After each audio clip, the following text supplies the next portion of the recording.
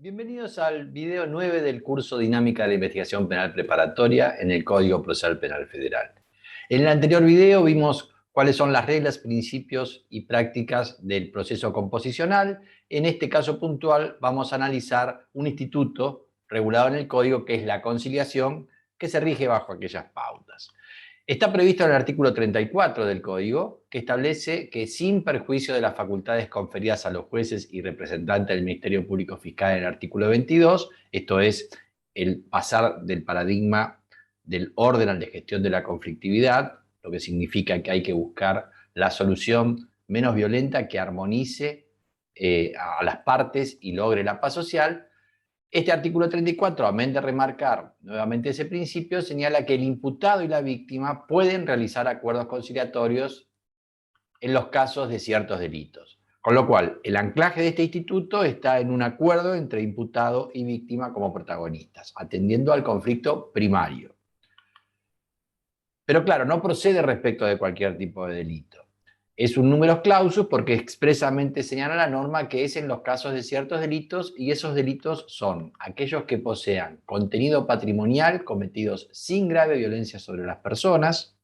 con lo cual lo que necesitamos es este contenido patrimonial. Al respecto, en este trabajo, Viviana Sánchez Rodríguez señala que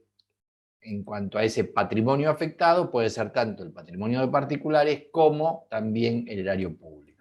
Y esta cuestión es interesante cuando, bueno, este código lo vamos a dirigir exclusivamente a la materia federal, en el cual puede estar comprometido justamente ese erario público. Claro que, por supuesto, si el imputado es un funcionario público que afecta al erario público, no podrá ser amparado, no por el problema del erario público, sino por su carácter de funcionario, en tanto es una situación expresamente excluida que los funcionarios públicos puedan ampararse en cualquier causa de disponibilidad de la acción conforme al artículo 30. Con esta idea de contenido patrimonial, bueno, en este trabajo, el libro de Jarabeldán y Zurueta, se extrae una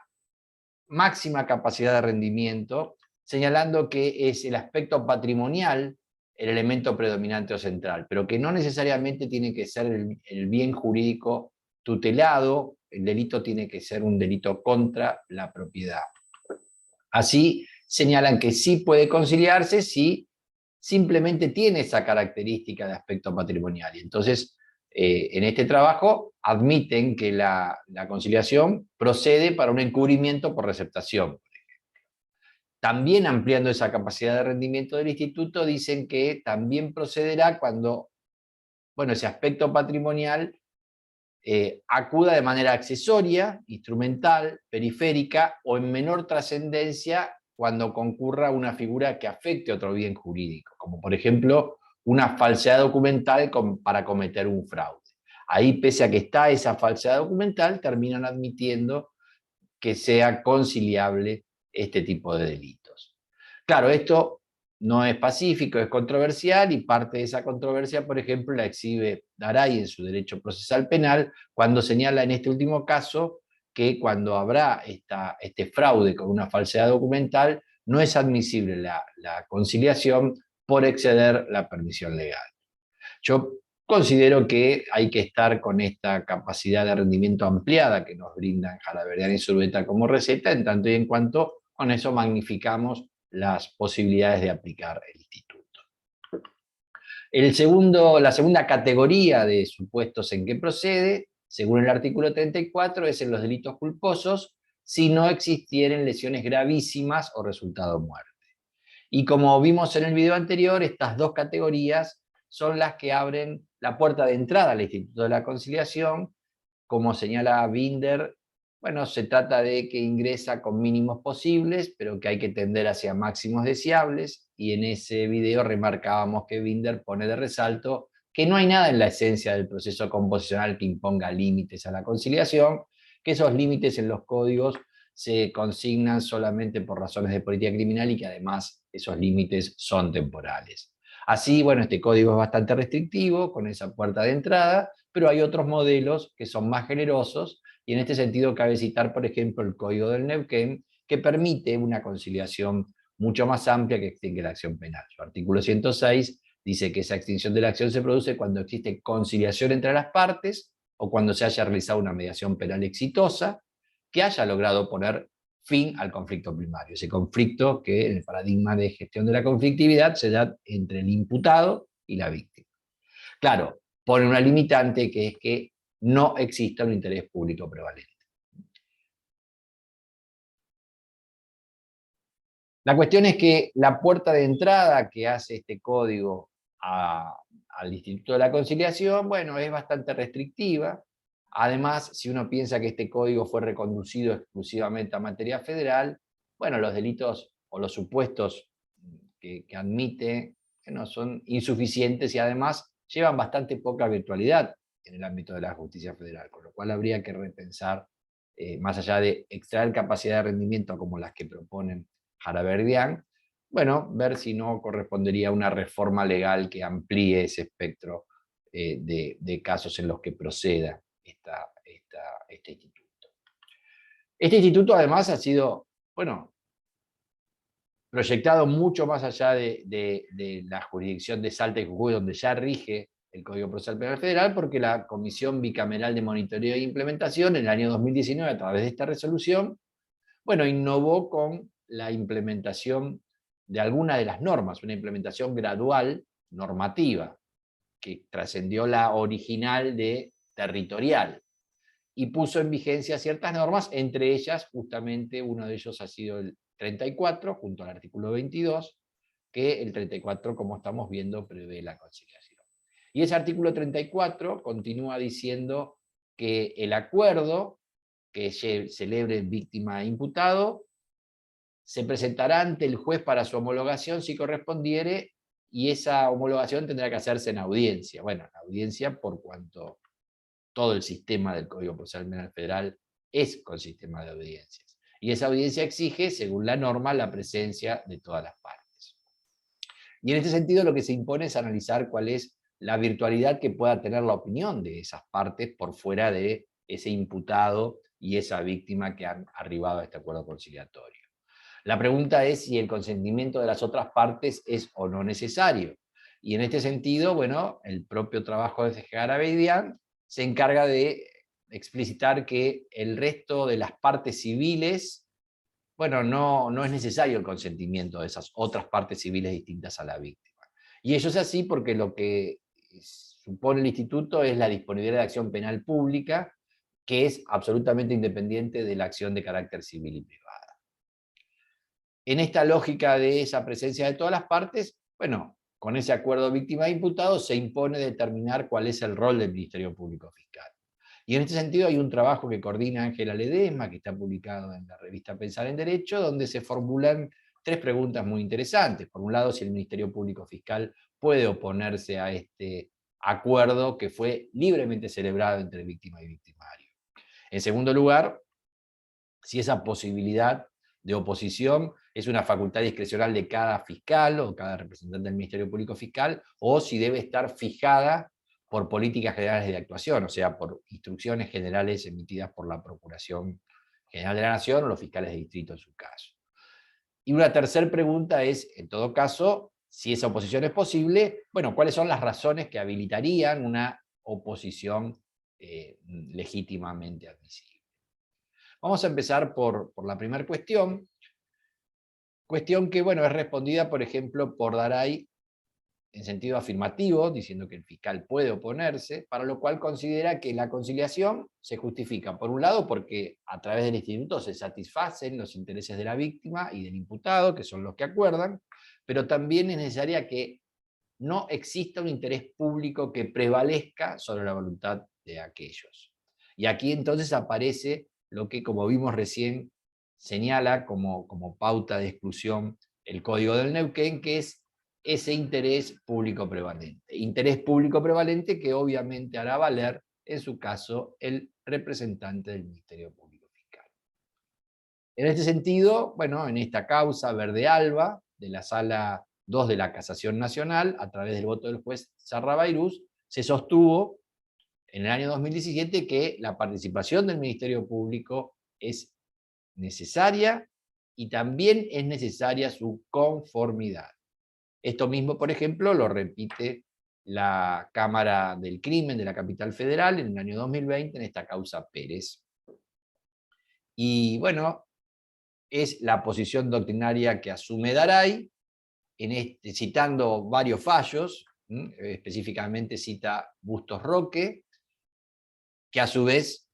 remite a Verde Alba, que es la que recién mencionábamos, y esta otra causa Gómez Vera de la casación. Daray entonces, citando esos precedentes, también afirma que es necesaria la participación y consentimiento del Ministerio Público Fiscal para que se pueda homologar ese acuerdo entre víctima e imputado, y ello sencillamente porque, bueno, es el Ministerio Público Fiscal quien tiene a cargo el ejercicio de la acción penal. Desde esta lógica de la acción penal pública, aparece un trabajo de Mari Beloff y Mariano Kierszenbaum, que bueno, claro, está enfocado hacia el tema de violencia de género, donde, bueno, se indica cuál es la matriz de esta acción penal pública, y allí señalan estos autores que lo que está en juego en la reacción jurídico-penal contra el hecho no es la compensación del daño causado a la víctima, ni tampoco, o al menos no principalmente, el proporcionarle una satisfacción personal. Concluyen allí que lo que la pena supone es una reacción de la generalidad contra la lesión del interés público en la validez de la norma jurídica infringida por la comisión del delito. Bueno, desde esta perspectiva, bueno, ellos rescatan esta función de la pena, y que no necesariamente solo hay que atender a la satisfacción personal de los que integran el conflicto primario. Bueno, si esto de alguna manera controvierte este paradigma de gestión de la conflictividad, donde el conflicto primario es lo primero que debe atenderse, sí permite rescatar ese interés público prevalente que pueda existir en un caso concreto. Esa lógica, bueno, yo la he utilizado en algún dictamen, al opinar en alguna de las causas en las que me ha tocado intervenir como fiscal, por ejemplo, en Costa Ludueña de la Fiscalía 31,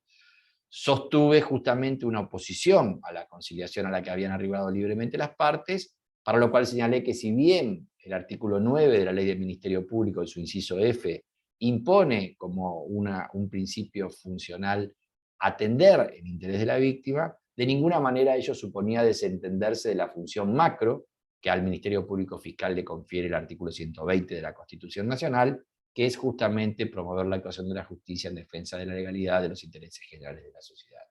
Y en este sentido, allí es donde ese interés público prevalente juega su papel. En algún caso, por ejemplo, yo opuse este interés público prevalente en un caso de lesiones culposas en accidentes de tránsito, donde habían llegado a un acuerdo de víctima e imputado, pero en el cual la violación del deber de cuidado era que quien había provocado esas lesiones culposas estaba conduciendo alcoholizado y en contramano, violando un semáforo en rojo. Con lo cual entendía que allí ese acuerdo no podía prevalecer sobre ese interés público que determinaba que el caso por lo menos no fuera conciliable. En esta misma lógica se anota ese trabajo de Ángela Ledesma, donde va a decir que el fiscal, el Ministerio Público Fiscal puede oponerse, y por supuesto señala que esa oposición no es discrecional y sin posibilidades de control, sino que justamente es el juez quien tendrá el control acerca de la existencia de ese fundamento, que es de razones político-criminales, para, bueno, analizar que no sea una mera arbitrariedad la oposición que ejerce el Ministerio Público Fiscal. Bajo esta misma lógica, se pronuncia Daray, quien dice que entonces el Ministerio Público se puede oponer, pero que deben ser analizados por el juez sus fundamentos para ver si esa oposición es razonable. En el trabajo de Jaraberdián hay un matiz diferencial respecto de esto, porque si bien señala que el juez puede analizar la razonabilidad de esa oposición, no puede reemplazar al fiscal, con lo cual lo que tiene que hacer el juez, si no está de acuerdo, es exigirle al fiscal que dé razones válidas. Y si insiste en no darlas, él no puede reemplazarlo y homologar ese acuerdo, sino que lo que, en criterio de Jaraberdián, corresponderá es que la cuestión la resuelva internamente el Ministerio Público a través de instrucciones o incluso por una vía disciplinaria si el fiscal que se está oponiendo por estas razones inválidas persiste y actúa fuera de sus reglas de actuación funcional. En este acuerdo víctima-imputado, como señalamos, el Ministerio Público se puede oponer y también, como dijimos, Ledesma propone varias preguntas. Una ya la hemos contestado, queda ver estas otras dos. Si se trata de una facultad discrecional de cada fiscal, esa oposición, o si esas deben ser fijadas por políticas generales de actuación, es decir, instrucciones generales, criterios generales de actuación. Que por supuesto estos últimos son deseables porque brindan, bueno, responsabilidad política a la conducción de la institución y permite además dar previsibilidad en cuanto a la toma de decisiones, pero sí creo que no es excluyente, que hay que dejarle a cada representante del Ministerio Público Fiscal que, atendiendo a las particularidades del caso, pueda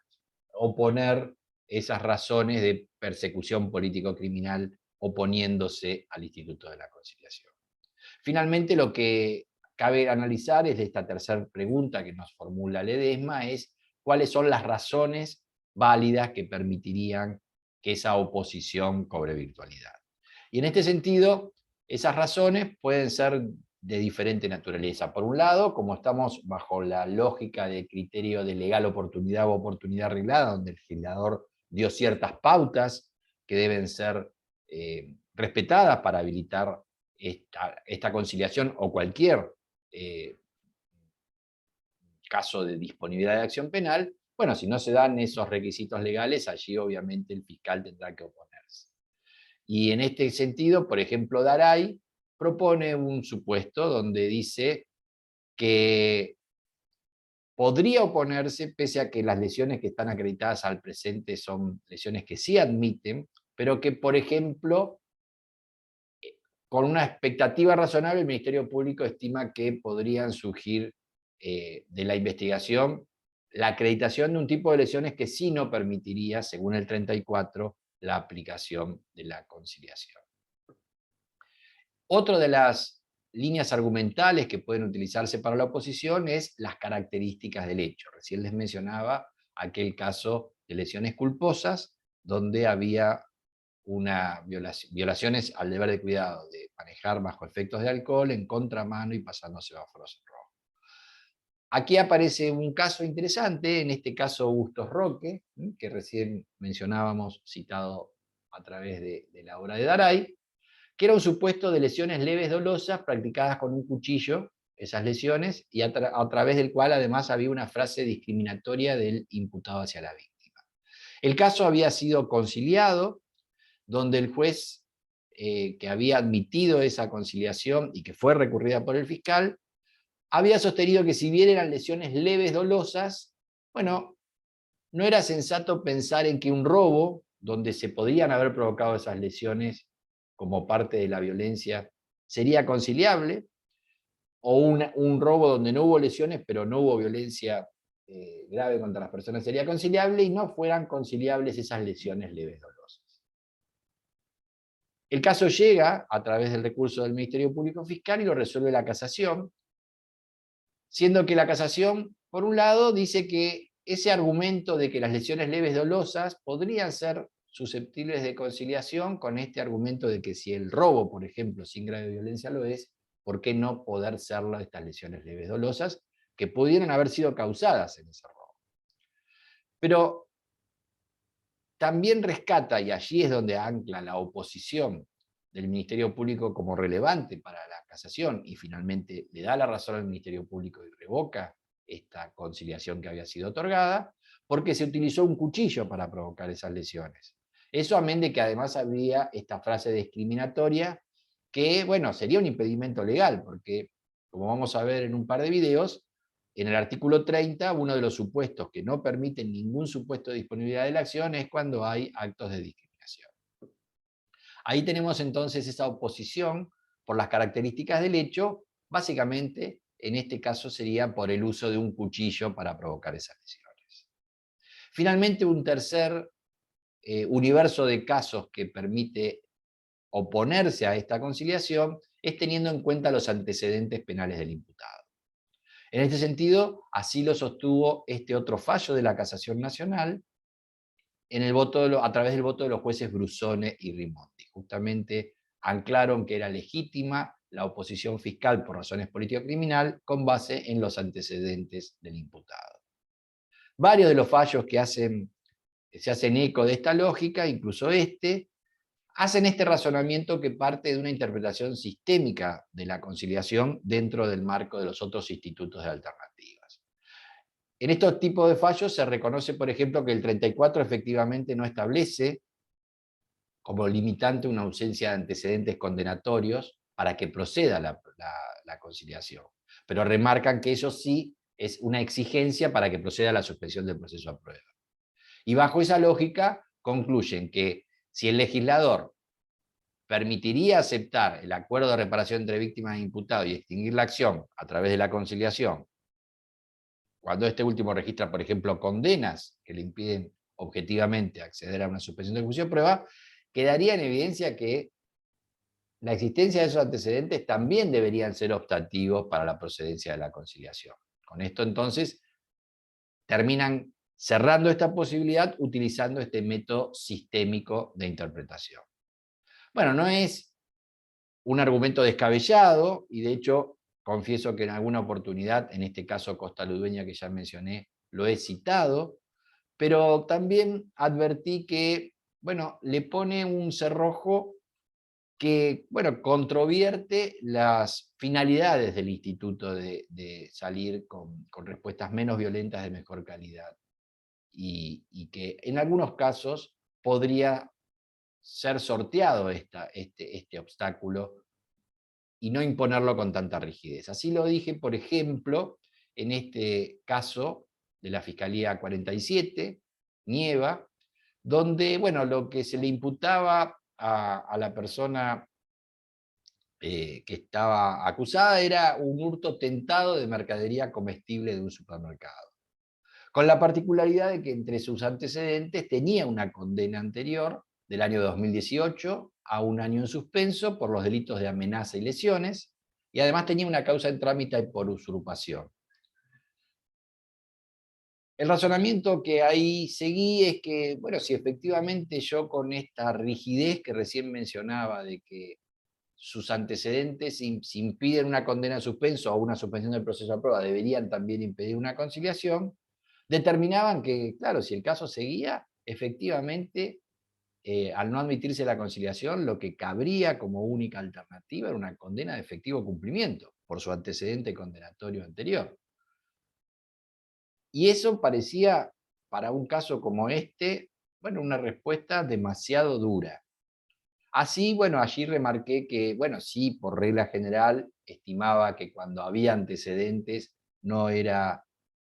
factible, por regla general, admitir la conciliación, pero que sí se podía en este especial caso. Y eso por sus particulares características. Los fundamentos que permitieron que la terminara admitiendo esa conciliación, prestando mi consentimiento, es que, por un lado, bueno, eran delitos contra bienes jurídicos distintos. Aquí era un delito contra la propiedad, un hurto, y su condena era por, bueno, amenaza y lesiones, con lo cual ese juego de distintos bienes jurídicos era una pauta a considerar. Por el otro, hice hincapié en que justamente si no se admitía la conciliación en este caso, bueno, la continuidad del proceso iba a determinar, frente a la contundencia de la prueba, una condena que por su antecedente condenatorio anterior necesariamente iba a ser de efectivo cumplimiento y que además debía revocarse esa condena en suspenso de un año y unificarse. Pero que toda esa pena que se iba a imponer como pena única, además se avisoraba como de escasa duración, era 1 año, y además había que unificar con esta de un hurto de esta mercadería en un supermercado, que indudablemente no pareciera que debiera tener una pena expectativa de mayor intensidad. Y finalmente, el último argumento, como corolario de este razonamiento, es que las penas de corta duración están desaconsejadas porque terminan teniendo un factor de mayor exclusión social o de exclusión social, y además, bueno, la cárcel como factor criminógeno. que esto es un aspecto que las propias Naciones Unidas terminan señalando, desaconsejando la aplicación de condenas privativas de libertad de corta duración. Con estos argumentos, entonces, bueno, rompí esa rigidez de que si no procedería condena de suspenso o suspensión del proceso de prueba, tampoco debería proceder conciliación, permitiendo que esto se analice caso a caso. Para ir enfilando las conclusiones, aparecen una serie de preguntas que es interesante poder responder. Por un lado, una pregunta posible es si se puede conciliar con un imputado y seguir el caso con los otros, con los cuales no se arribó al acuerdo. La respuesta es sí, y así expresamente lo señala Jalaverdian en el libro que mencionamos. Otra pregunta posible es si las personas jurídicas pueden conciliar. También es Jalaverdian quien da la respuesta afirmativa, lo cual comparto. Claro que él señala que ese acuerdo lo puede dar el representante, pero tiene que garantizar que haya sido aceptado por el órgano directivo de su representado. Esto, bueno, puede ser complicado. Por ejemplo, recién en el caso que les mencionaba del supermercado, bueno, sí fue el representante legal quien dio el acuerdo, pero no acreditó que lo había aceptado el órgano directivo. Y entonces es una exigencia, bueno, conveniente posiblemente, pero no necesario, con una conditio sine qua non, desde mi perspectiva, para justamente poder ampliar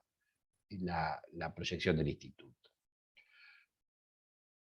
Una última pregunta que podemos hacer es si la reparación del daño en el Código Procesal Penal Federal es una exigencia,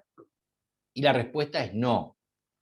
Esa respuesta ya la había yo adelantado, bueno, en el año 2015, cuando analicé el proyecto del código aprobado en 2014, y allí remarqué en ese trabajo, que es el nuevo Código Procesal Penal y Principio de Oportunidad, publicado en LexisNexis, que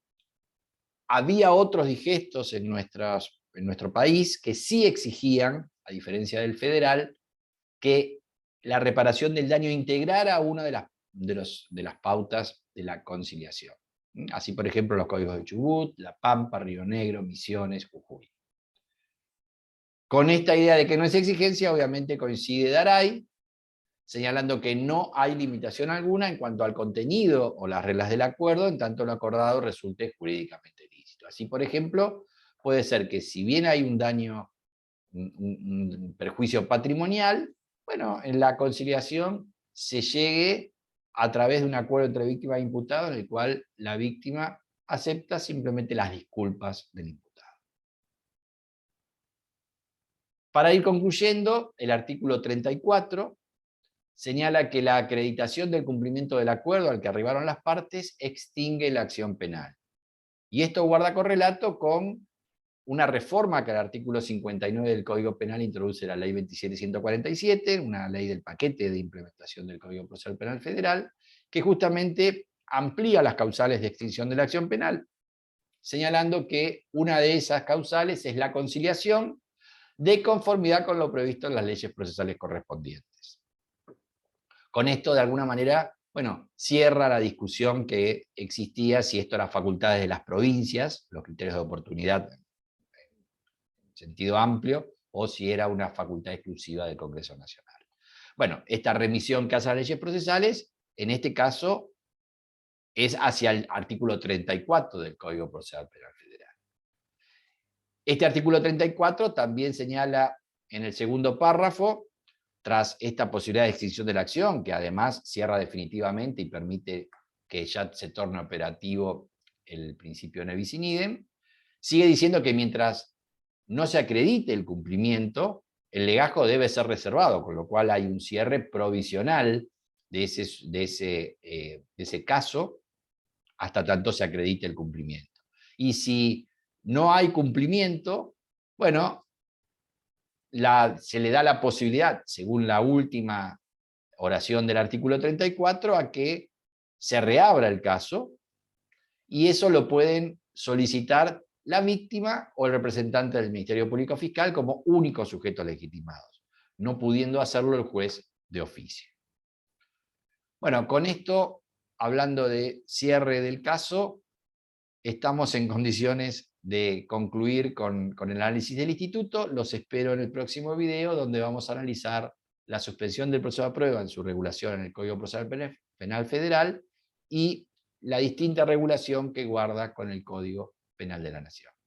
Bueno, los espero allí. Muchas gracias.